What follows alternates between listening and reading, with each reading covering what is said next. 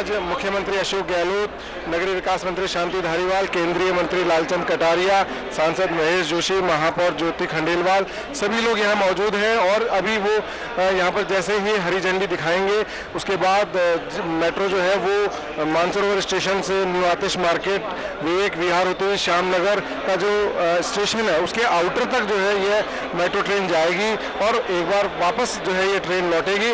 और इस तरह से जो है मेट्रो को जो है लोग अपने बीच, शहर के बीच में एलिवेटेड ट्रैक पर चलता हुआ देख सकेंगे। इसके बाद आज जब यह प्रोग्राम संपन्न हो जाएगा, जो ट्रायल रन को जो हरी झंडी दिखाने का जो कार्यक्रम है जब वो संपन्न होगा उसके बाद आमजन जो है यहाँ पर फ्री एंट्री पासेस लेकर के, जयपुर मेट्रो ने इसके लिए बाकायदा यहाँ व्यवस्था की है कि लोगों को यहाँ फ्री एंट्री पासेस मिल सकें और उसके बाद जो है लोग एंट्री पासेस लेकर के और मेट्रो का जो है अवलोकन कर सकेंगे। और इसके बाद कल जो है 19 सितंबर को स्कूली बच्चे जो हैं वो सुबह 9 बजे से दोपहर 1 बजे तक अपने स्कूल की जो यूनिफॉर्म है उसमें वो लोग यहाँ आ सकेंगे और यहाँ आकर के वो बाकायदा अपने टीचर्स के साथ जो गाइडलाइंस जो मेट्रो ने दी हैं वो एक ब्रोशर के रूप में उसका अध्ययन करके फिर उसके बाद जो है मेट्रो स्टेशन पर मेट्रो को भीतर और बाहर से और चलता हुआ उसको देख सकेंगे। जी Sachin, world class city Jaipur का सपना हम सभी लोग देखते हैं और कहीं ना कहीं मेट्रो एक मील का पत्थर है। जब मेट्रो दौड़ती है तो कहीं ना कहीं जो लाइफ लाइन है वो बदल जाती है। आरामदाह सफ़र जो है लोगों को मिलेगा और मेट्रो एलिवेटेड तौर पर जब चल रही है तो लोग उसको देख भी सकते हैं। जब सड़कों से उसको ऊपर देखेंगे कि किस तरह से मेट्रो गुजर रही है तो विश्व स्तरीय शहर जयपुर और उसमें एक और कहीं ना कहीं तमगा ये लग गया है। आप देखिए, मुझे जहाँ तक हम जयपुर को विश्व स्तरीय बनाने की जहाँ तक बात है, जो राहुल गांधी हैं जब पिछले चुनाव थे तो राहुल गांधी ने एक सभा के दौरान जो है ये संभावना जताई थी, ये उम्मीद जताई थी कि यदि कांग्रेस सरकार आती है, चुनाव जीतती है तो इसमें कोई शक नहीं कि जो जयपुर है, जो राजधानी गुलाबी नगर जो है, जो पिंक सिटी है, वो पूरे विश्व में चूंकि अपना एक विशेष महत्व रखती है, खास करके जो टूरिस्ट मैप है वर्ल्ड का उसमें एक इम्पॉर्टेंट डेस्टिनेशन के रूप में जो है इसे पहचाना जाता है। तो ऐसे में जबकि जयपुर इतना जो है लोगों के बीच पूरी दुनिया में जब इतना फेमस है, इतना प्रसिद्ध है, इतना जगजाहिर है, तो राहुल गांधी का ये कहना था कि जयपुर में जो है वो विश्व स्तरीय बनने यानी वर्ल्ड क्लास सिटी बनने की जो है संभावनाएं पूरी मौजूद है। यही एक छोटी सी बात थी जो मुख्यमंत्री अशोक गहलोत ने उस सभा में इस बात को एक प्रेरक जो है प्रेरक बात के रूप में उसे लिया, जो प्रेरणा देने वाला जो एक ये वाक्य था उसे जो है मुख्यमंत्री अशोक गहलोत ने पहचाना अपनी संवेदनशीलता और दूरदर्शिता के जरिए।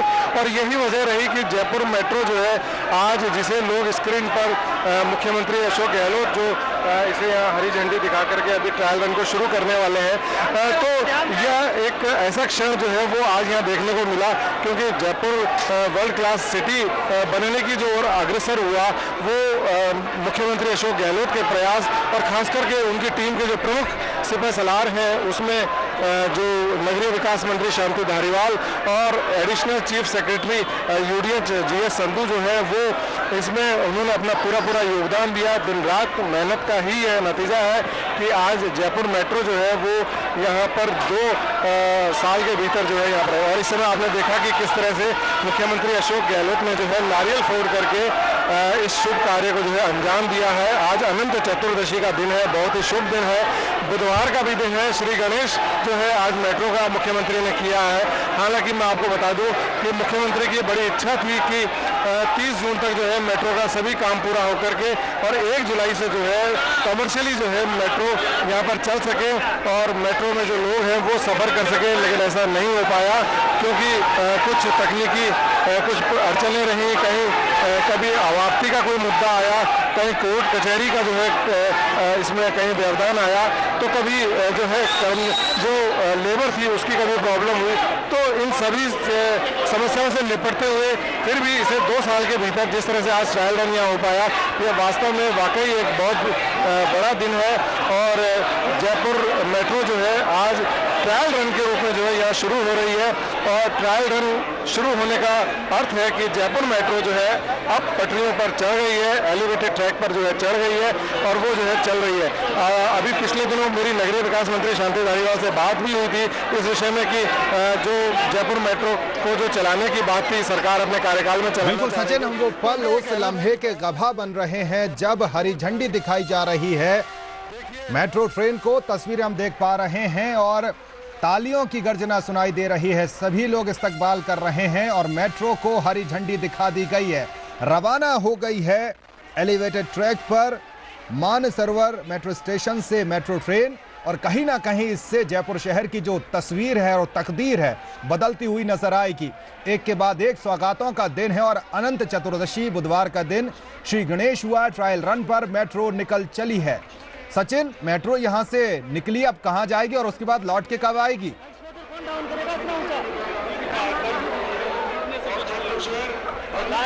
सुधीर पारी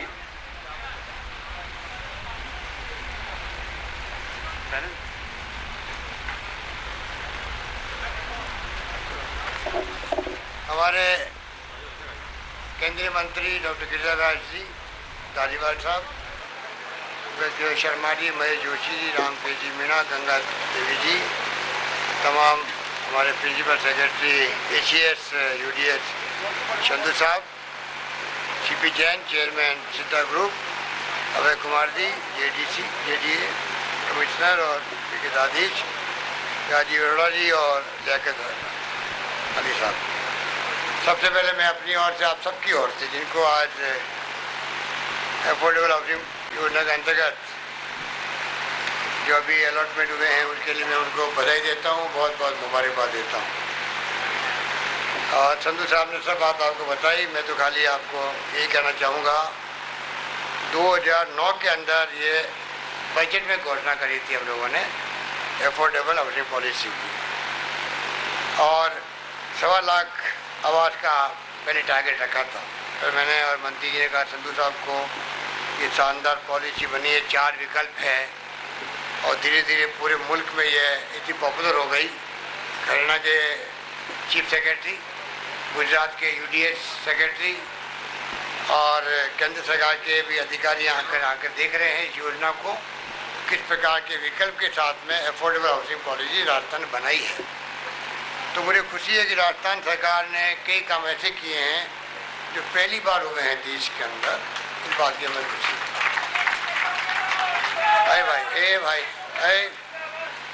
इस रूप में ये योजना बहुत ही कामयाब चल रही है और धीरे धीरे इसमें और शहर जुड़ते ही जा रहे हैं। मैं समझता हूँ कि पहले चरण में जयपुर, चाकसू, अजमेर, दौसा, कुचामन सिटी, भिवाड़ी, उदयपुर और दूसरे चरण में 14 शहर को शामिल किया गया, चूरू, सरदार शहर, झुंझुनू, अलवर, पिंडवाड़ा, बालोदा, कुचामन सिटी। इस प्रकार से जो मुझे बताया गया कि मुझे खुशी है अभी तक 53,690 कुल फ्लैट बन चुके हैं और 41,348 निर्माणाधीन हैं और 33,946 जो है छोटे फ्लैट बनने जा रहे हैं। 1,27,973 का आंकड़ा तो आपने कम से कम टच कर लिया है। संधू साहब को, धारीवाल साहब को कहना चाहूँगा कि ये योजना जो इतनी पॉपुलर हो चुकी है कि पूरे देश के अंदर जब चर्चा है इस योजना को हम कैसे और आगे बढ़ाएं, ये हमारा प्रयास होना चाहिए। क्योंकि मुख्यमंत्री BPL ग्रामीण आवास योजना, मुख्यमंत्री शहरी BPL आवास योजना, जिसके अंतर्गत 1.25 लाख मकान प्रति वर्ष बनाने का लक्ष्य रखा गया है। ये योजना अपने आप में ऐसी योजना उन गरीबों के लिए है जिसमें सरकार कर्जा लेकर के गरीब को पहले 50 दे दी थी हज़ार, अब 70,000 कर दिए हैं। 10 लाख मकान मुख्यमंत्री ग्रामीण आवास योजना के अंतर्गत और प्रतिवर्ष 1 लाख मकान शहरों में मुख्यमंत्री शहरी BPL आवास योजना के अंतर्गत। तो इस प्रकार से राजस्थान सरकार ने जो ये कहा है राइट टू शेल्टर, हर गरीब का पक्का छत हो, चाहे एक कमरे का ही हो, एक बरामदा बन जाए कि बाथरूम बन जाए, उसके लिए अलग से पैसा मिलता सरकार से अनुदान के रूप में। इस प्रकार जो काम हाथ में लिया गया है, मुझे कहते खुशी है कि झुंझुनू और बाद में सीकर और तीसरा होगा अलवर, धीरे धीरे वो ज़िले हैं जहाँ पर 100% पक्के मकान बनने की स्थिति पैदा हो गई है। हम चाहते राजस्थान में एक भी परिवार कच्चे झोपड़े में नहीं रहे, किराए के मकान में नहीं रहे, उसका अपने पक्की छत हो, ये सोच करके योजना बनाई जा रही है।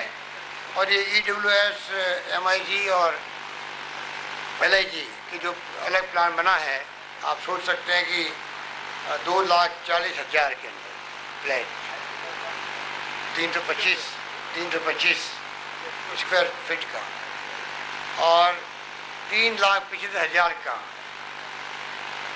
वो है आपका 500 स्क्वायर फीट का LIG का, और 7 लाख का है 500 स्क्वायर फीट का MIG फर्स्ट का। इस प्रकार से बहुत शानदार सुंदर मकान बने।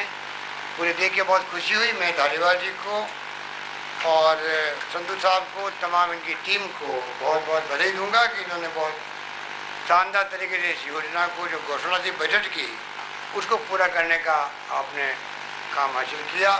अब ये तो बनने में टाइम लगता ही है। 2009 की स्कीम अभी है। गिरिराज जी को मैं कहना चाहूँगा 2009 की घोषणा है हमारी, ये बनते टाइम लगता है। अब हमारे विपक्षी पार्टी वाले कहते हैं कि आप चुनाव के वर्ष में क्यों बना रहे हो, तो मेरे पास कोई जवाब नहीं होता है। ये बनने में साल भर, 2 साल, 3 साल लगते ही लगते हैं। प्लान बनता है, ऑफर की जाती है, 4 विकल्प है, उसमें डेवलपर्स आते हैं, मंजूर करते हैं, नक्शे बनते हैं, प्लान बनता है, मंजूरी मिलती है, टाइम लगता है। ऐसा कुछ नहीं है कि भाई चुनाव आने के वक्त में ये पूरे होंगे, ये हमारा कोई प्लान नहीं था, पर टाइम तो लगता ही लगता है। तो मुझे खुशी है कि ये काम जो है आज शुरुआत हो चुकी है। आने वाले वक्त में राजस्थान भर में 33 जिले में ही ये योजना लागू हो, यही बात करता मैं अपनी बात समाप्त करूँगा क्योंकि टाइम बहुत कम है, इसलिए मैं माफ़ी चाहता हूँ। धन्यवाद। जय।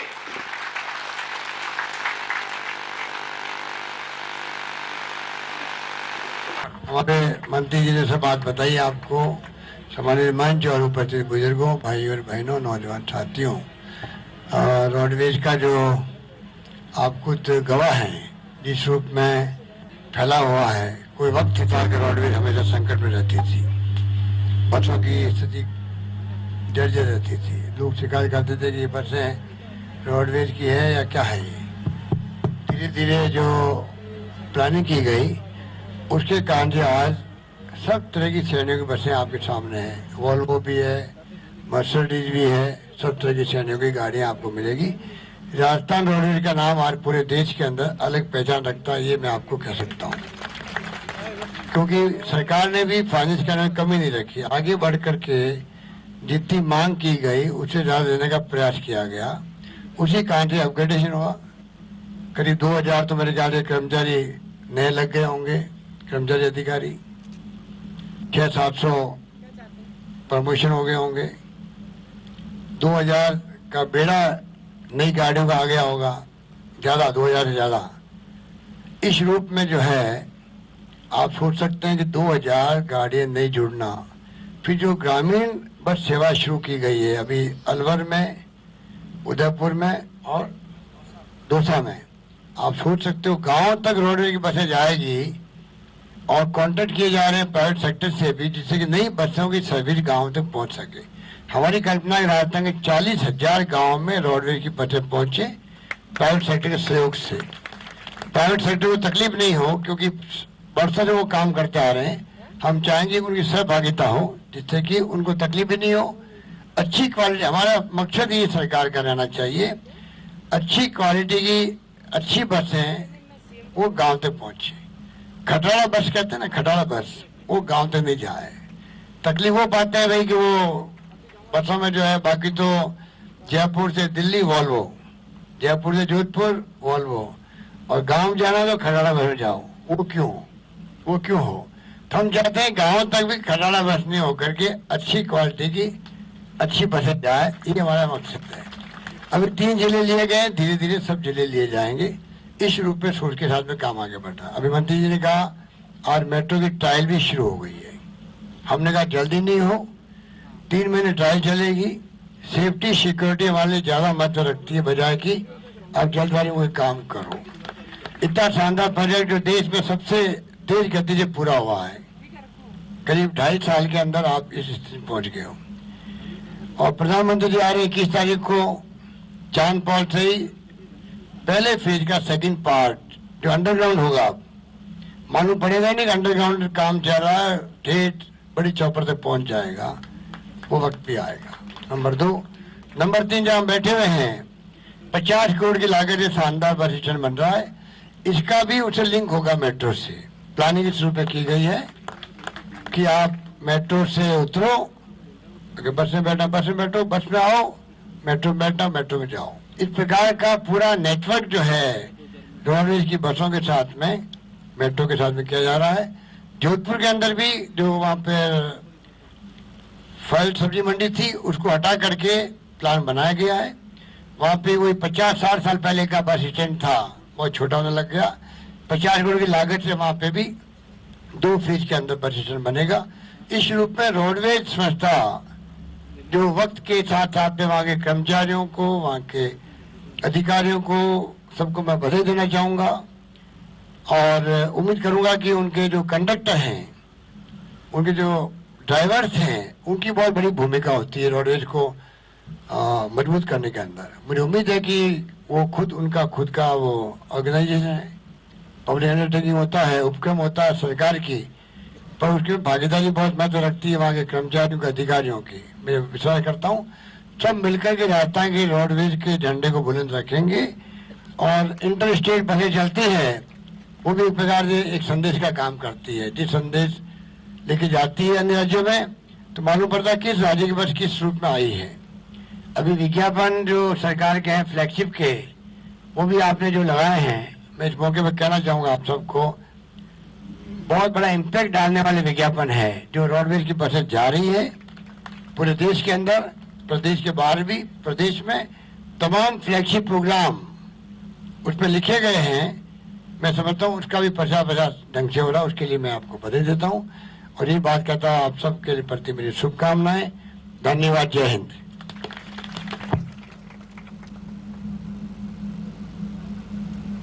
को छूट का भी धन्यवाद साहब।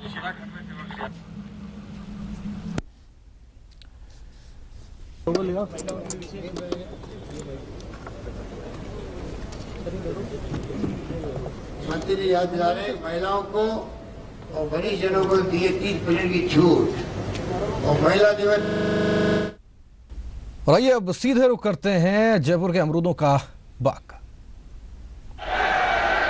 मदन कांत जी प्रमुख सचिव, मनीष शर्मा जी महात्मा गांधी सत्याग्रह शताब्दी स्मारक समिति के कन्वीनर, तमाम उपस्थित मेरे प्यारे नौजवान साथियों, भाई और बहनों, मुझे खुशी है कि आज राज्य स्तरीय युवा महोत्सव का आयोजन किया गया। इसके लिए मैं तमाम हमारे युवा साथियों को, आप सबको बहुत बहुत मुबारकबाद व आप सबके उज्जवल भविष्य की मैं कामना करता हूँ।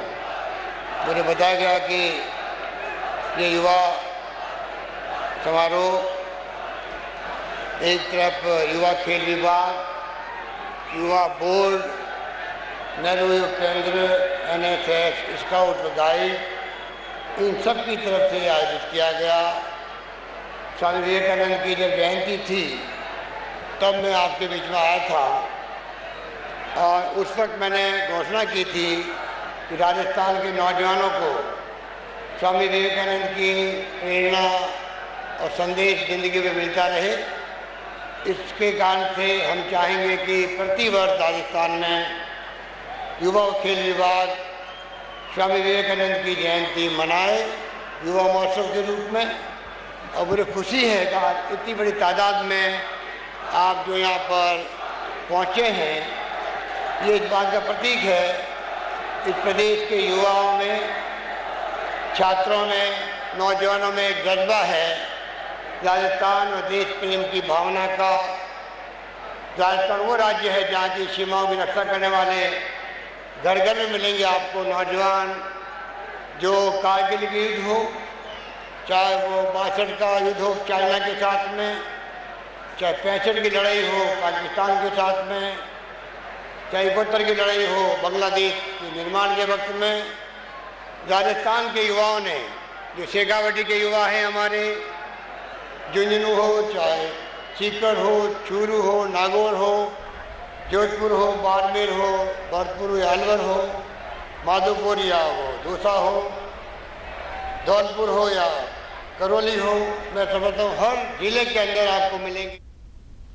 अमरूदों के बाग के इस कार्यक्रम पर नजर बनाए रख रहे हैं। इस बीच एक सबसे बड़ी खबर जोधपुर से मिल रही है। आसाराम यौन उत्पीड़न मामले से जुड़ी खबर है। खबर यह है कि जमानत याचिका पर जो बहस है वो अधूरी रह गई है। अब 1 अक्टूबर को सुनवाई होगी।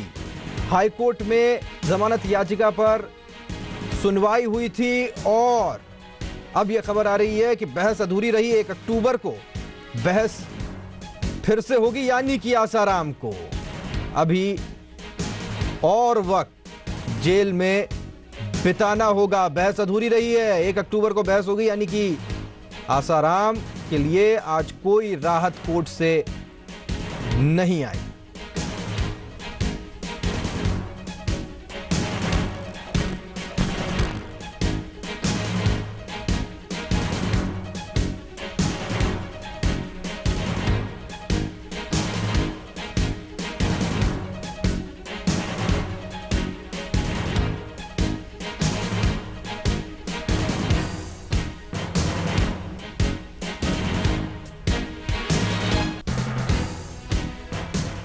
और आइए अब सीधे एक बार फिर से रुख करते हैं अमरूदों के बाग का। राजस्थान में खुली है। इस प्रकार से उच्च शिक्षण संस्थाएं जो एक्सीलेंस सेंटर कहलाते हैं राजस्थान में खुलते जा रहे हैं। और हमने भी युवाओं के लिए, छात्रों के लिए जो योजना बनाई है, आज करीब 3.5 लाख हमने 8वीं पार के छात्रों को पीसी टैबलेट के लिए 6,000 के चेक दिए हैं। 3.5 लाख छात्रों को 1,11,000 छात्रों को हमने 18,000 का लैपटॉप दिया है। इसलिए हमारे यहाँ के छात्र भी, युवा भी आने वाले वक्त के अंदर अन्य राज्यों के युवाओं के और छात्रों के मुकाबले पीछे नहीं रहे, क्योंकि IT क्रांति हो गई है। आज मोबाइल फ़ोन हर हाथ के अंदर है। 21वीं सेंचुरी में जो राजीव गांधी जिसने 18 साल के नौजवान को मताधिकार का अधिकार दिया था, मुझे याद है कि उस वक्त में कई लोगों ने विरोध किया था। तो राजीव गांधी एक नौजवान थे, 40 साल की उम्र में वो प्रधानमंत्री बन गए। उनका सपना था देश के लिए। उन्होंने कहा देश की तकदीर का फैसला करने में 18 साल के नौजवान को मत का अधिकार मिलना चाहिए, जो पहले 21 साल का था। इस प्रकार के ऐतिहासिक फैसले भी इस देश के अंदर हमारे युवा प्रधानमंत्री राजीव गांधी ने किए। और आप सबको मालूम है, आज उन्हीं की प्रेरणा से आज देश 21वीं सेंचुरी में पहुंचा है, जहाँ आज कंप्यूटर का युग आ गया है। गांव-गांव में हम चाहते हैं कि युवा क्लब बने, नेहरू युवा केंद्र की गतिविधियाँ बढ़े और किस प्रकार से पूरे देश के, पूरे प्रदेश के नौजवान जुड़े, युवा एक्टिविटी जुड़े। और वो आज नेटवर्क जिस रूप में नेहरू युवा केंद्र बना रहा है, मुझे खुशी होती है। हर गांव में कैसे युवा केंद्र बने, युवा क्लब बने, वो अलग बात हो रही है। इसलिए मैं कहना चाहूँगा, राजस्थान में अगर शिक्षा नहीं है तो कोई परिवार, कोई जाति, कोई पार्टी, कोई समुदाय, कोई वर्ग कभी आगे नहीं बढ़ सकता है। इसलिए शिक्षा में हम जोर दे रहे हैं। इसीलिए छात्रों में चाहते हैं कोई लड़कियाँ ड्रॉप आउट नहीं हो, पूरी पढ़ाई करें, लड़का ड्रॉप आउट नहीं हो। आज 5 लाख लड़कियों को साइकिल की योजना में बनाई, 2,500 का चेक उनको दे रहे हैं, स्कूटी अलग दे रहे हैं। 1 लाख विद्यार्थियों को, 12वीं पार करने वाले 1 लाख विद्यार्थियों को, जो देश में कहीं पे भी नहीं होगा, उच्च शिक्षा प्राप्त करे, पढ़े छोड़े नहीं। इसलिए प्रति माह 500 रुपये का वजीफा स्कॉलरशिप उनको 5 साल में लगातार मिलेगी। इस प्रकार की शानदार योजनाओं के साथ में राजस्थान में हम लोगों ने निर्णय किए हैं। युवा शक्ति के लिए और बेरोजगारों के लिए भी नई स्कीम लेके आए हैं। पहले रजिस्ट्रेशन के बाद में 1 साल के बाद में भत्ता मिलता था, 500 रुपये, 600 रुपये प्रति माह। अब हमने किया है, जब रजिस्ट्रेशन हो जाएगा उसी वक्त से वो भत्ते का अधिकारी हो जाएगा। 150 करोड़ रुपये खर्च करके 5वीं पास के नौजवानों को हमने कहा है उनको स्किल की ट्रेनिंग करवाएंगे। वो कौशल विकास करें, जिससे कि मजदूर नहीं बने नौजवान, वो नौजवान हुनर सीख करके वो नौजवान अपना धंधा खुद शुरू करे। इस प्रकार की कई योजनाएं हमने, युवा उद्यमिता योजना अलग, जिसमें 1 करोड़ तक का युवाओं को लोन देने की स्कीम बनी है। आप कल्पना कर सकते हो, 10 लाख रुपए अनुदान, 90 लाख रुपए का उसको लोन मिलेगा।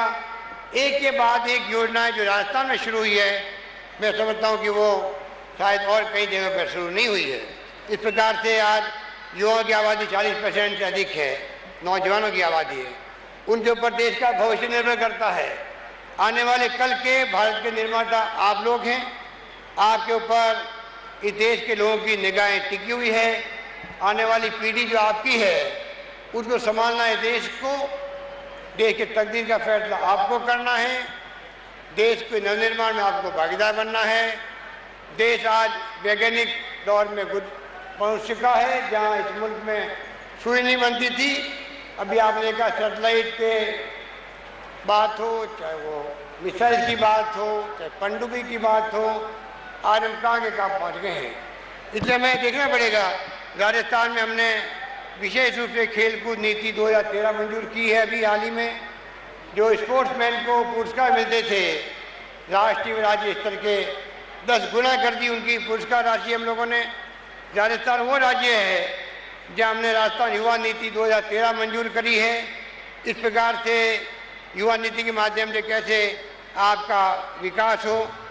पंचायत युवा क्रीड़ा एवं खेल अभियान PYKKA पाइका योजना में ग्राम पंचायत स्तर पर आप कल्पना करो, आधारभूत ढांचा तय करने का निर्णय यूपीए गवर्नमेंट ने किया। और मुझे खुशी है, अभी अभी मुझे अशोक तंवर जी ने खबर दी है कि जो हमारे केंद्र के युवा व खेल मंत्री है, जो रक्षा राज्य मंत्री भी है, एक नौजवान है बाबा जितेंद्र सिंह, उन्होंने भी मैसेज दिया है। वो खुद तो आ नहीं सके, आप सबको उन्होंने शुभकामनाएं दी है, मंगल कामनाएं दी है। और साथ में कहा है, जो बैकलॉग भरा हुआ था पुराना एनसीसी का 6000 पदों का, उन्होंने कहा अगले 3 महीने के अंदर अंदर हम इसकी कार्रवाई शुरू कर देंगे और 6000 पोस्ट एक साथ भरी जाएगी। ये निर्णय उन्होंने अभी किया आज ही के दौरान, और भेजा आपके इस मुबारक मौके पर। और हर ब्लॉक के अंदर, हर पंचायत समिति में उन्होंने कहा एक स्टेडियम बनाया जाएगा। एक और बड़ी घोषणा उन्होंने की है, जिसकी उन्होंने यह इत्तला करवाई है। मैं उनको अपनी ओर से, आप सब युवाओं की ओर से और प्रदेश के युवाओं की ओर से मैं उनको धन्यवाद देना चाहूँगा, क्योंकि वो खुद नौजवान है। और राजीव गांधी की टीम में जो नौजवान है, आप सोच सकते हो उनकी सोच क्या हो सकती है। जो सोच राजीव गांधी की थी, जो सोच राहुल गांधी की थी, जिसने कहा आपका धर्म क्या है, उन्होंने कहा मेरा धर्म तिरंगा झंडा है। उससे कल्पना कर सकते हो, जो राहुल गांधी अपने धर्म तिरंगे झंडे को बताता है, उसका मतलब तिरंगे झंडे का जो त्याग था, कुर्बानी थी, बलिदान था देश के आज़ादी के वक्त में और आज़ादी के बाद में भी कोई कम कुर्बानी नहीं हुई है। मुझे याद है, मैं 32 साल पहले पार्लियामेंट पहुंच गया था, 28 साल की उम्र के अंदर। 5 बार मैं MP रहा, केंद्रीय मंत्री बना इंदिरा गांधी के साथ में, राजीव गांधी के साथ में, राज साहब के साथ में। मुझे याद है उस वक्त से ही युवा शक्ति को कैसे आगे बढ़ाया जाए, ये सोच रख करके तमाम निर्णय हुए। उसी रूप में आज जो नौजवान पीढ़ी आई है, आप सोच सकते हो, आज केंद्रीय मंत्रिमंडल में अधिकांश लोग आपको युवा मिलेंगे। मुख्यमंत्री युवा संघर्ष के दौरान में आगे आए हुए हैं। इस रूप में आज पूरे देश के अंदर युवाओं का जो प्रभुत्व है, उस शक्ति को आपको पहचानना है, उससे आपको प्रेरणा लेनी है। आप में से ही लोग आगे आने वाले वक्त में राजनेता बने, उद्योगपति बने, अधिकारी बने, किस रूप में आप काम कर सकते हैं, ये आपकी सोच पर निर्भर करता है। पर मैं इस मुबारक मौके पर आपको सलाह देना चाहूँगा, जिस रूप में आप लोग यहाँ पर मौजूद हैं, आपको चाहिए, महात्मा गांधी ने कहा था, युवा शक्ति जो है उसको चाहिए कि बचपन से ही वो सामाजिक सेवा के काम भी करें, रचनात्मक काम करें। रचनात्मक काम जो करता है, चाहे वो NSS के माध्यम से हो, NCC के माध्यम से हो, स्काउट व गाइड के माध्यम से हो। और मुझे फक्र है तो मैं खुद अपने छात्र जीवन में मैं एनएसएस में रहा, एनसीसी में रहा हूँ, स्काउट गाइड की संस्था में मैं स्काउट रहा हूँ। एनएसएस में, स्काउटिंग में, एनसीसी में कोई संस्था ऐसी नहीं थी जहाँ मैंने काम नहीं किया हो, क्योंकि बाल्यकाल में छात्र जीवन में जो समाज सेवा करता है, डिग्निटी ऑफ लेबर, क्योंकि सब काम हाथ से करने पड़ते हैं, बचपन से वो सीख जाता है कि मैं अगर हाथ से काम करूँगा तो मैं कोई छोटा आदमी नहीं बन जाऊँगा।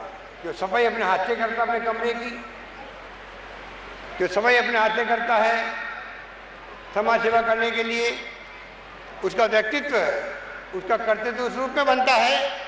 जैसे जिंदगी भर वो कोई काम हाथ से करता है तो कहते हैं श्रम की प्रतिष्ठा, जो श्रम है लेबर की है, उसका डिग्निटी होनी चाहिए, डिग्निटी के भाव पैदा होते हैं। और मैंने देखा है यही पूंजी आपकी समाज सेवा की जो छात्र जीवन में करता है, नौजवान करता है, रचनात्मक काम करता है, गरीबों की सेवा करता है, गांव की सेवा करता है, अन्याय अत्याचार उत्पीड़न हुआ हो तो आवाज़ बुलंद करता है न्याय दिलाने के लिए, चाहे वो कोई जाति का हो, धर्म का हो, वर्ग का हो, न्याय के साथ में खड़ा रहता है वो आदमी, नौजवान लोग, तब जाकर के ज़िंदगी में उसको संतोष मिलता है कि मैंने मेरी ज़िंदगी में सच्चाई का साथ दिया, क्योंकि सच्चाई का कोई विकल्प नहीं है। सत्य ही ईश्वर है, ये महात्मा गांधी ने कहा था। ईश्वर ही सत्य है, ये उन्होंने कहा था। God is truth, truth is God. इसलिए आपको मैं आह्वान करना चाहूँगा, आप युवा महोत्सव में आए हैं इतनी बड़ी तादाद के अंदर, सुबह से बैठे हुए हैं, मुझे खुशी है आज का युवा निष्ठावान, कर्तव्यनिष्ठ, समर्पित, प्रतिबद्ध है, तब जाके सुबह से शाम तक आप बैठे हुए हो। और जिस रूप में आपने यहाँ भाग लिया सब एक्टिविटी के अंदर, उसके लिए मैं आपको मुबारकबाद देता हूँ। और आपको मैं आह्वान करना चाहूँगा आपके आने वाले वक्त के अंदर आप किस रूप में अपने आप को ढाल सकें, चाहे कोई खिलाड़ी है, हमने कोई कमी नहीं रखी उनके लिए भी। और मैं आपको भी कहना चाहूँगा, बचपन में जो खेल के मैदान में उतरता है, खेल को खेल की भावना से खेलता है, खेलते खेलते ही वो जिंदगी में पक्का इरादा, दूरदृष्टि, अनुशासन सीखता है खेल के मैदान के अंदर, क्योंकि तीनों चीज़ें आवश्यक होती है खेल में कामयाब होने के लिए खिलाड़ी के रूप में। और वही जिंदगी भर उसके साथ चलती है, तत्काल निर्णय लेने की क्षमता, दूरदृष्टि, अनुशासन के साथ में। और वही व्यक्ति चाहे वो अधिकारी बने, चाहे राजनेता बने, चाहे वो कहीं जाए, ये तत्काल निर्णय करने की क्षमता पैदा जो हुई है बचपन में, वो उसके संग चलती है। अनुशासन उसके काम आता है। और मैं समझता हूँ कि युवा महोत्सव का उद्देश्य तभी सफल होगा तब आप लोग यहाँ जो पधारे हो, मैं आपका हार्दिक स्वागत करता हूँ। और आपको मैं आह्वान करता हूँ आप लोग यहाँ से एक नए संकल्प के साथ में लेके जाएं संकल्प को, और संकल्प को मन में उतारें कि आपको ज़िंदगी में कामयाब होना है, इस लायक बनना है जिससे कि देश की एकता के लिए, अखंडता के लिए आप अपने आप को समर्पित कर सकें, आप सभी जाति, सभी वर्ग, सभी धर्म के लोगों को साथ लेके चल सकें। देश की मजबूती के लिए जो चुनौती हमारे सामने है, आतंकवाद की हो, चाहे नक्सलवाद की हो, चाहे सांप्रदायिकता की हो, चाहे जातिवाद की हो, उसका मुकाबला करने के लिए ही देश का नौजवान प्रण लेगा, तब जाकर के 65 साल की यात्रा तय करते करते हम आज पहुँचे यहाँ तक। चाहे इंदिरा गांधी शहीद हो गई, छीना छलनी कर दिया गया उनका, जब उन्होंने मुकाबला किया आतंकवाद का, पंजाब का। राजीव गांधी को बम से उड़ा दिया गया, नौजवान थे, दूसरी बार प्रधानमंत्री बनने वाले थे। सरदार बेन सिंह जी मुख्यमंत्री थे पंजाब के, ने नाबूद कर दिया आतंकवाद को। रोज मरते थे, 50, 40, 60 लोग मरते थे उस जमाने के अंदर। उनको ही दफ्तर से नीचे आए, बम से उड़ा दिए गए। कितने ज्ञात अज्ञात नौजवान मारे होंगे, कोई सोच नहीं सकता। पर देश एक रहा, अखंड रहा। और आज भी हम लोग पदों बैठे हुए हैं, आपकी दुआओं से जज्बा यही दिल के अंदर रहता है, चाहे जान चली जाएगी परवाह नहीं करेंगे, पर देश को एक रखेंगे, अखंड रखेंगे, यही भावना के साथ में काम करते आ रहे हैं। इसलिए मैं आपको कहना चाहूँगा, मुझे खुशी हुई जब मुझे कहा गया कि आपको इस प्रोग्राम में आना है, और मुझे खुशी इस बात की भी है। पवन गोदारा यूथ कांग्रेस के अध्यक्ष थे, नौजवान हैं, अभी हमने हाल ही में उनको राजस्थान युवा बोर्ड का अध्यक्ष बनाया। अध्यक्ष बनने के बाद में जिस प्रकार वो खेल युवा मंत्रालय के साथ मिलकर के एक के बाद एक प्रोग्राम कर रहे हैं, नेहरू युवा केंद्र के सहयोग से, NSS के सहयोग से, NCC के सहयोग से, मुझे खुशी होती है। नौजवानों के कंधों पर कोई भार डालो तो किस प्रकार वो कामयाबी के साथ में आगे बढ़ता है, ये प्रतीक है पवन गोदारा। इसलिए मैं उसको बहुत बहुत मुबारकबाद देता हूँ। और हमारे VP Singh ji deputy chairman हैं, युवा नेहरू युवा केंद्र के केंद्र से आए हैं, उनके मैं हार्दिक स्वागत करता हूँ। और मैं विश्वास करता हूँ आने वाले वक्त में पूरे देश में और पूरे प्रदेश में युवा शक्ति आगे आएगी और देश के नवनिर्माण भागीदार बनेगी। यही बात करता मैं अपनी बात समाप्त करता हूँ। धन्यवाद। जय हिंद।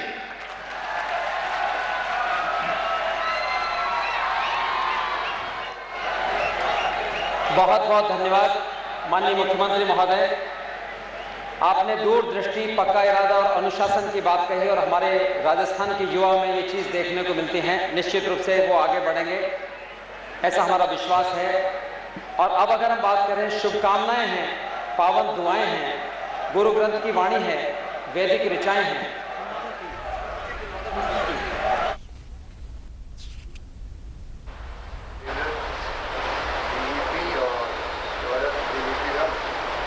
सेवानिवृत्त पुलिस अधिकारीगण, कर्मचारीगण, अन्य तमाम पुलिस परिवार के सदस्य, तो यहाँ पर जब मैं पहले गृह मंत्री था तब हमें ज्ञान प्रकाश पिलाने दी DG बने थे पहली बार जब मैं गृह मंत्री थोड़े समय के लिए राजस्थान में आगे बैठे रहे हैं। SC मेहता साहब हैं, पुलिस साहब हैं, शेखर साहब हैं, आगे भैया साहब, देवेंद्र सिंह जी, अमिताभ गुप्ता जी, जयंत साहब, विजय कुमार जी, अंशुका, बलभद्र सिंह जी, प्रमोद तिवारी जी, अजय कुमार, सबने अपने जमाने के अंदर अपना स्थान बनाया, अपनी पहचान बनाई। और जब मैं आज प्रोग्राम आ रहा था तो मेरे को लगा कि आज कम से कम पुलिस कमिश्नरेट का ऑफिस का जब हुआ था उद्घाटन तब मिलना हुआ सबसे, और या फिर मैंने देखा आज कम से कम मुख्यालय का उद्घाटन होगा तो तमाम पूरे परिवार के सदस्य आज तो अपन मिलेंगे। मुझे खुशी है कि आज सब लोग यहाँ मौजूद हैं। ये भी अपना अपना एक अच्छा संदेश होता है कि कुछ संस्थाएं, कुछ संगठन ऐसे होते हैं जहाँ पर एक बार व्यक्ति जुड़ जाता है तो वो जिंदगी भर के लिए जुड़ जाता है। उस पर एक संगठन पुलिस संगठन भी है, पुलिस फोर्स भी है। इसीलिए जब कभी अवसर आता है तो सभी लोग मौजूद रहते हैं। मैं इन सबका आभारी हूँ का आपने आने का कष्ट किया। मुख्यालय बनने की खुशी आपको तो है ही है। पुलिस फोर्स को, पुलिस अधिकारियों को, विशेष रूप से DG साहब को, तमाम उनके साथियों को, तो मैं समझता हूँ कि आम लोगों को भी खुशी हो, क्योंकि पुलिस का काम ही ऐसा ही है जिससे सबका वास्ता पड़ता है, डायरेक्टली या इनडायरेक्टली। अगर कानून व्यवस्था मजबूत रहती है, सुख शांति, प्रेम, मोहब्बत, भाईचारा बना रहता है समाज में, तो उसका इफेक्ट समाज में पड़ता है। इसलिए पुलिस की पहचान भी उस रूप में समाज मानता है और सम्मान भी देता है। पुलिस का इकबाल अपना आप में बहुत बड़ी चीज होती है। इकबाल कायम रहे, ये तमन्ना आप हम सबकी रहती है, और इकबाल के आधार पर ही पुलिस का शासन चलता है, कानून व्यवस्था स्थिति मजबूत बनी रहती है और कानून का राज स्थापित रहता है। संख्या बल नहीं, इकबाल। यदि गाँव में आबादी 5-10 हज़ार की होती है तो पुलिस चौकी में 4 पुलिस वाले होते हैं, तो पूरे गांव के लोगों में एक विश्वास रहता है, इकबाल रहता है। पुलिस की चौकी है, कोई चिंता की बात नहीं। ये इकबाल हमेशा कायम रहे सब स्तर पर, पुलिस चौकी से लगा करके CSU तक।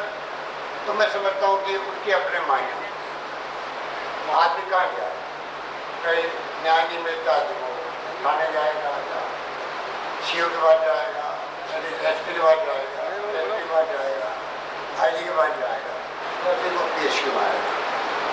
मुझे तो यहाँ पे सही लग रहा है। विश्वास काम रहे आम जनता में, उसकी जिम्मेदारी हम सबकी बनी। मुझे तो एक्सपोजर सही है, क्योंकि मैं गृह मंत्री के रूप में खड़ा हूँ आपके सामने। ठीक है, इसलिए मेरी बढ़ा दिया। मेरे राज्य मंत्री मेरे रहने वाली बनती है और उसको निभाने का हम सब प्रयास करते हैं और आगे भी करते रहेंगे, ये हम आपको विश्वास दिलाते हैं। समय के साथ साथ में जिम्मेदारी बढ़ गई है। जैसा भी मेरे रहने वाली कह रहे थे 25-26 हज़ार की नौकरी थी, आज 1 लाख से अधिक नौकरी बन गई और क्राइम सब तरह के हो गए। पहले क्राइम की संख्या भी नौकरी की तरह ही बढ़ी है। पहले क्राइम की जो आंकड़े मुझे बताए गए कि 26-27 हज़ार होते थे, तो नौकरी 25 हज़ार की थी और क्राइम भी 1 लाख से ज़्यादा होने लगा। जिम्मेदारी बहुत बड़ी है पुलिस पर। अरे फ्रंट बैंक तो बंदी है और समय के साथ साथ जिम्मेदारी बढ़ती जा रही है, क्योंकि जो देश और दुनिया के अंदर जो माहौल होता है, क्राइम बढ़ता है, उसको काबू करने की जिम्मेदारी हमारी रहती है। उसी रूप में सरकार भी हमेशा प्रयास करती है किस प्रकार से पुलिस सशक्त बने, मजबूत बने, पुलिस के जो जरूरत की सुझाव है उसको सरकार स्वीकार करे। इंफ्रास्ट्रक्चर की बात हो, चाहे वो इक्विपमेंट की बात हो, हथियार की बात हो, नफरी की बात हो, इसलिए हमने 30,000 कांस्टेबल की भर्ती करने का निर्णय किया। तो डीजी साहब को मैंने कहा तो मालूम पड़ा कि एक साथ हम कर नहीं पाएंगे, कैपेसिटी हमारी नहीं है। तो मेरा मानना है कि कैपेसिटी भी हम बढ़ाएं, ऐसी स्थिति पैदा करें, पुलिस एकेडमी बनती है, ट्रेनिंग आप ही चलती रहती है लगातार। केंद्र सरकार भी कमी नहीं रखती है। जब से पुलिस रिफॉर्म्स को लेकर के कंसेप्ट शुरू हुआ, तब से मैंने देखा है कि समय समय पर केंद्र में मीटिंग भी होती है, हम लोग भी जाते हैं, प्रधानमंत्री जी भी आते हैं, गृह मंत्री भी आते हैं और मेरे ख्याल से राज्य सरकारों को पूरी तरह से सहयोग करने का प्रयास करती है। और इसीलिए मैं समझता हूँ पुलिस का जो आधुनिकीकरण हुआ है उसमें राज्य सरकार का तो सहयोग है ही है, और मैं कहना चाहूँगा कि केंद्र सरकार की भूमिका भी बहुत बड़ी रही है, इसको मैं स्वीकार करना चाहिए। पिछली बार जब मैं सरकार में था तब भी इसकी शुरुआत हुई और धीरे धीरे बढ़ती गई। आज केंद्र सरकार के केंद्रीय गृह मंत्री के सीधे मैसेज आते हैं कि आपको क्या चाहिए। उसी रूप में मैं समझता हूँ फाइनेंशियल स्वीकृति भी जारी हुई है और उसका लाभ भी मिला है आपको, चाहे वो हथियार की बात हो, जिप्सी गाड़ियों की बात हो, इंफ्रास्ट्रक्चर बनाने की बात हो, कोई सरकार ने कमी नहीं रखी। और उसी रूप में राजस्थान सरकार ने भी आगे आकर के हमेशा सहयोग किया। ये भवन बना है, इतना खूबसूरत भवन बनने के मायने होते हैं अपने। भवन में जब नए गृह प्रवेश करते हैं हम लोग तो नया माहौल मिलता है, नई सोच डेवलप होती है, अपना आप होती है उस माहौल के कारण भी, और नई सोच के साथ नए फैसले भी होते हैं। तो मैं उम्मीद करता हूँ जब सरकार के बारे में आपने खुद ने कहा कि सरकार तो कोई कमी रख ही नहीं रही है। जिस रूप में 2008 के अंदर 1470 करोड़ का बजट था, अभी हमने पिछले 5 साल के अरसे में इस साल जो हमने बढ़ा के 1470 करोड़ के बजाय 3071 करोड़ कर दिया, दुगने कर दिया। क्योंकि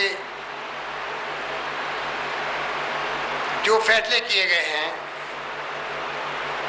वो भी मैं समझता हूँ कि अलवर में भरतपुर बीकानेर में नए पुलिस ट्रेनिंग सेंटर की स्थापना का फैसला किया। 9,177 ग्राम पंचायतों में एक ग्राम रक्षक नियुक्त करने का फैसला किया, जिसके नियम कायदे बन रहे हैं, पर इसकी बहुत आवश्यक है। एक ग्राम रक्षक अगर एक गांव में होगा, ये नया सोच है, उसका इम्पैक्ट रहेगा। गांव की सूचनाएं भी आती रहेगी, गांव में क्या सुख दुख में साथी बन सकेंगे, ये काम भी बहुत जरूरी है। स्टूडेंट पुलिस कैडर, जो केरला में योजना मैंने सुनी थी, उसी ढंग से राजस्थान में भी ये प्रयास किया गया कि सब पंचायत समितियों में कम से कम एक ग्राम पंचायत में सीनियर सेकेंडरी स्कूल में पुलिस कैडर की योजना शुरू हो।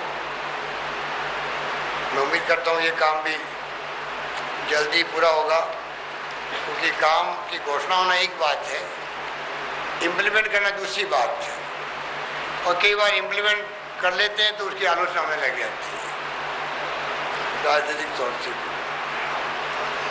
तो मुझे खुशी है कि पुलिस कमांडो ट्रेनिंग जोधपुर में बहुत ही सशक्त चल रहा है। मैंने सुना कि अन्य राज्यों के लोग भी आके वहाँ पर कमांडो ट्रेनिंग करवा रहे हैं, ये अच्छी शुभ संकेत है। इंफॉर्मेशन सिस्टम को मजबूत बनाने के लिए भी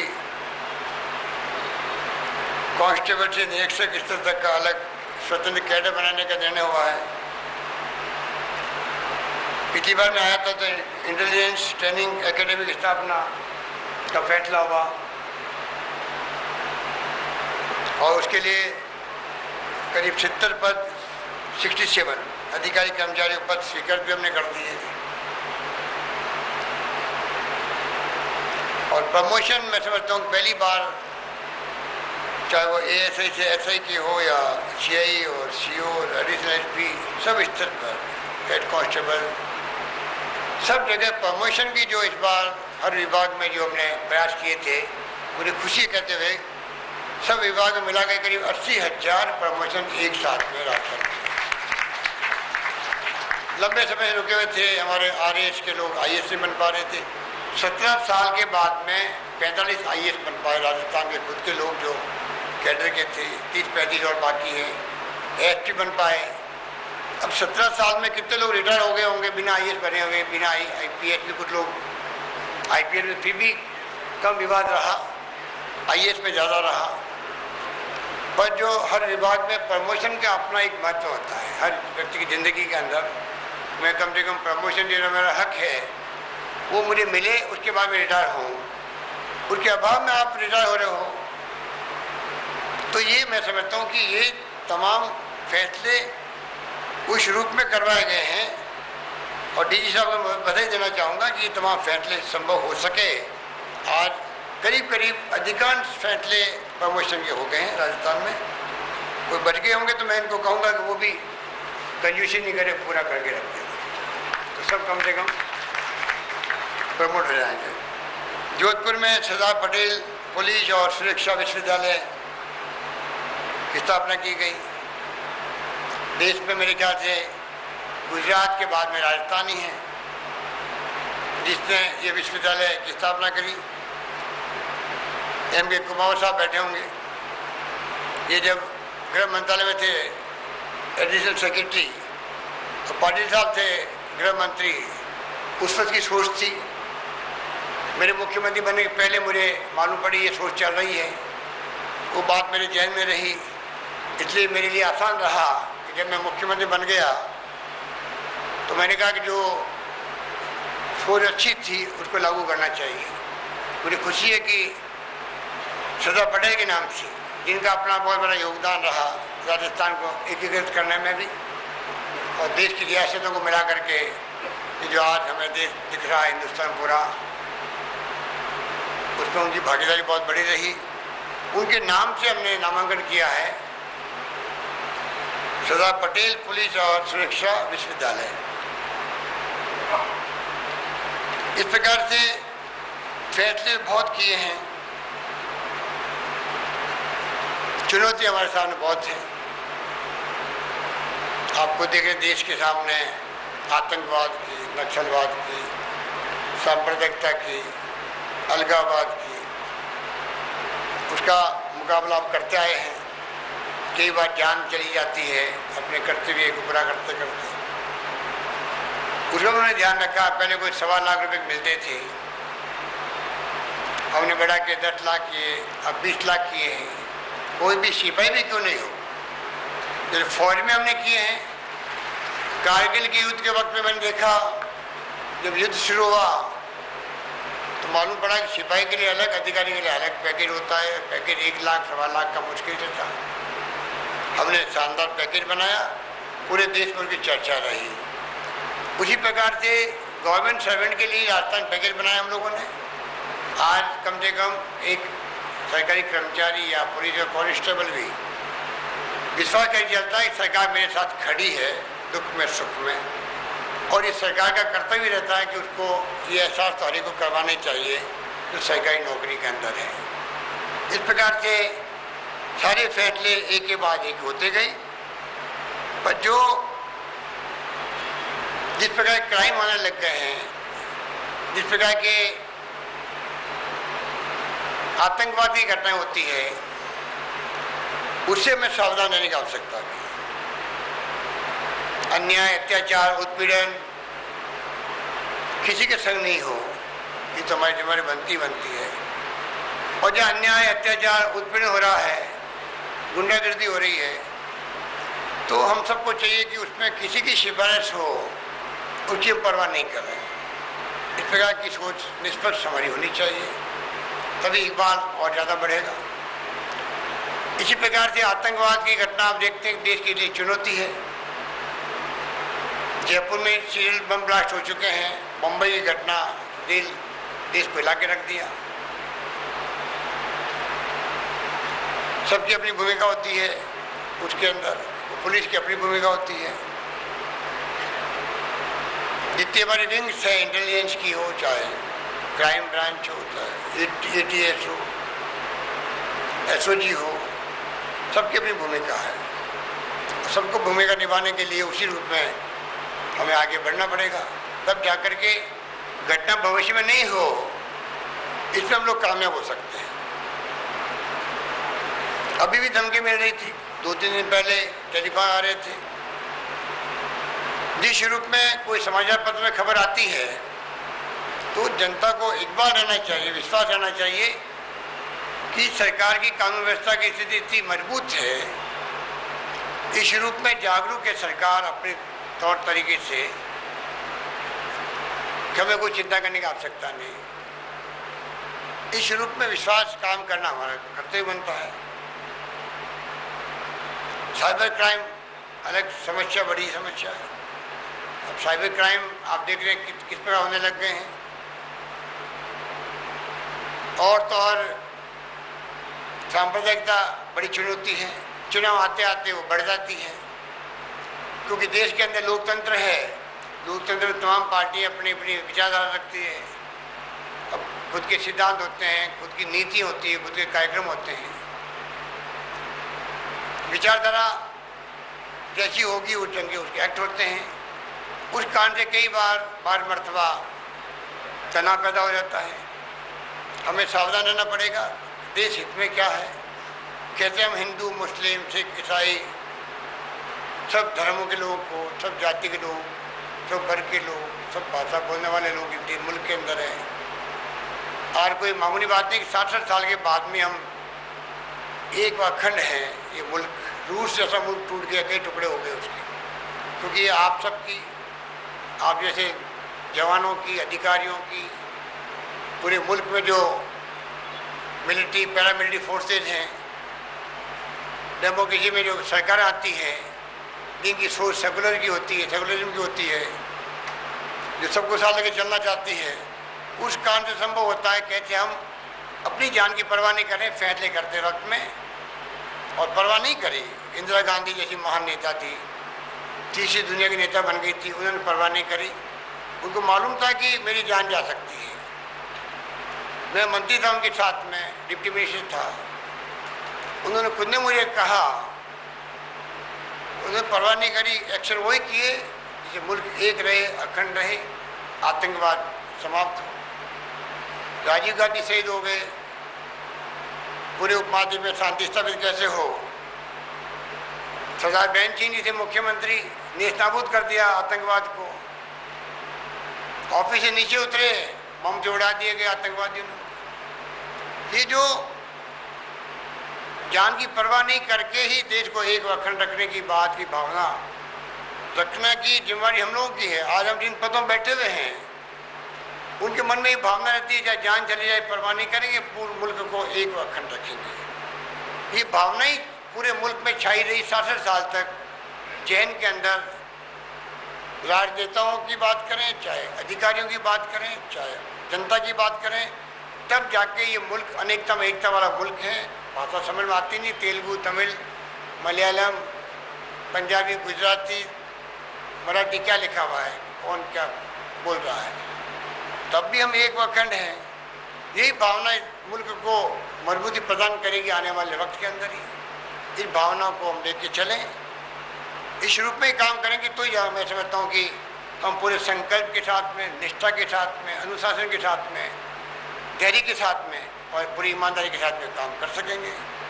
इस रूप में ही हम सबको इस मुबारक मौके पर जब हम इकट्ठे हुए हैं तो एक इतिहास बनाया है। आज आप जो आए हो, भवन के मुख्यालय के उद्घाटन के अवसर पर, ये एक ऐतिहासिक घड़ी होती है। और वही पुलिस का मुख्यालय जो अगले सालों चलेगा, बरसों चलेगा। जब वो भवन चल गया आपका आज़ादी के बाद में, कौन का दिया हुआ था मेरी गाइड से 60 साल तक करीब वो चल गया, करीब करीब। तो ये तो पता नहीं सदियों तक चलेगा, सदियों तक ही चलेगा। वो ऐतिहासिक क्षण में हम सब गवाह बने हैं। इस बात का तो गर्व हम सबको होना चाहिए। और आप भी कह सकते हो रिटायर होने के बाद में, उस वक्त हम मौजूद थे जब आपका ये मुख्यालय बना था। तो ये बहुत बड़े ऐतिहासिक क्षण होते हैं। मुझे खुशी है कि नमोनारायण मीणा जी भी आए, सरकार में आ गए, मंत्री बन गए, पर अपने परिवार को भूले नहीं हैं। आपको धन्यवाद कि आप पधारे हो। इस रूप में मैं समझता हूँ कि हम सब आज यहाँ बैठे हुए एक परिवार के रूप में बैठे हुए हैं। हम सब कर हमारे माध्यम से तमाम पुलिस फोर्स का यही संकल्प होना चाहिए, कैसे हम अपने देश के लिए, अपने प्रदेश के लिए, अपने समाज के लिए, अपने गांव के लिए, अपने गरीब के लिए कैसे हम अपना कर्तव्य पूरा कर सकें, ये हमारी भावना होनी चाहिए। और उसके लिए मैं फिर कहना चाहूँगा आपको, या अन्याय हो, अत्याचार हो, उत्पीड़न हो, वहाँ न्याय कैसे दिलाएं, ये हमारा परम कर्तव्य होना चाहिए। धन्यवाद। जय हिंद।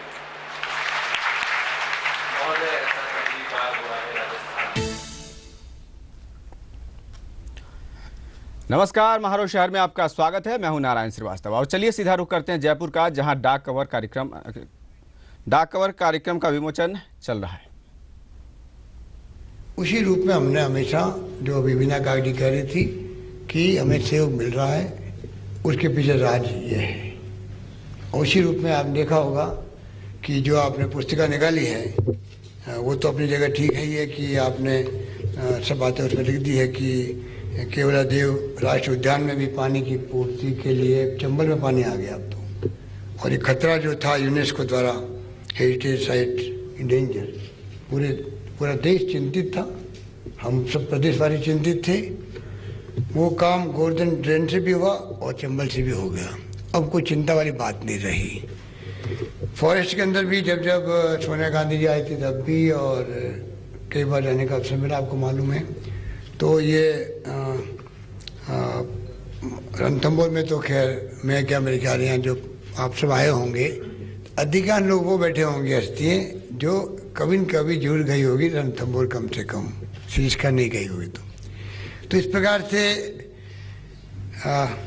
ये आपने ठीक बताया। राजीव गांधी बायोस्फीयर रिजर्व की स्थापना, कैबिनेट का फैसला हुआ।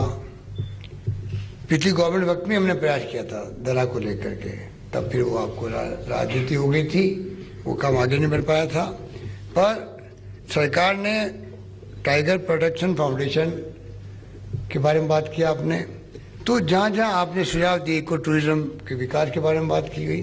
तो मेरे ख्याल से सरकार ने हमेशा, मैं तो बाड़मेर में था वहाँ पर, और ये जो साइबेरियन क्रेन गोडाउन, उसको लेके जब ये कहा गया था कि ये डेंजर में भी है और चर्चा वैसा बना हुआ है, आर्टिकल आ रहे हैं पूरे कंट्री के अंदर, बदनामी हो रही है, तो सीधे हम लोग बाड़मेर से हेलीकॉप्टर में गए, रूट चेंज किया, गए सुबह सुबह, और अच्छा लगा जाकर के वहाँ देख के आए, आपको उसकी जानकारी सब बातों की। और इस बात की भी खुशी है कि करीब 60-62 करोड़ का प्रोजेक्ट है वो पूरा, मेरे ख्याल से करीब 12 करोड़ तो अभी सेंक्शन हुए, पर कुल मिला के 62 करोड़ का मेरे ख्याल से प्रोजेक्ट था वो। इस रूप में हमेशा ये प्रयास रहते हैं कि कैसे ग्रेट इंडियन बस्टर का प्रोजेक्ट बनने की बात हो। और कैलाश सांकला जी आज हमारे बीच नहीं हैं। बचपन में हम लोग गए थे जब वो जू के डायरेक्टर थे, दिल्ली जू के, उनके यहीं हम लोग निवास किया था, रुके थे हम लोग। और टाइगर उनका खुद का एक पेट था जो पाला हुआ था एक प्रकार से, वो उनके घर के सामने तक आता था। तो हम लोग बचपन में उस टाइगर के साथ में हम लोग रहे थे कि इस प्रकार एक व्यक्तित्व है जो जू के टाइगर को इस रूप में बचपन से ही बड़ा करके ऐसी स्थिति में ले आया कि वो उनके जहाँ हम लोग निवास कर रहे थे रेजिडेंस पर, वहाँ तक वो टाइगर आते थे और हमारे सामने बैठते थे। और उस रूप में वो अपने आप को समर्पित किए हुए थे, कमिटमेंट था टाइगर के साथ। इसीलिए मेरे ख्याल से इंदिरा गांधी जी ने जब प्रोजेक्ट टाइगर की जो स्थापना की तो पहला डायरेक्टर उनको बनाया गया और उनसे शुरुआत हुई। वो व्यक्ति आज दुनिया में नहीं है, अभी हमने उनको राजस्थान रत्न से नवाजा है, राजस्थान सरकार।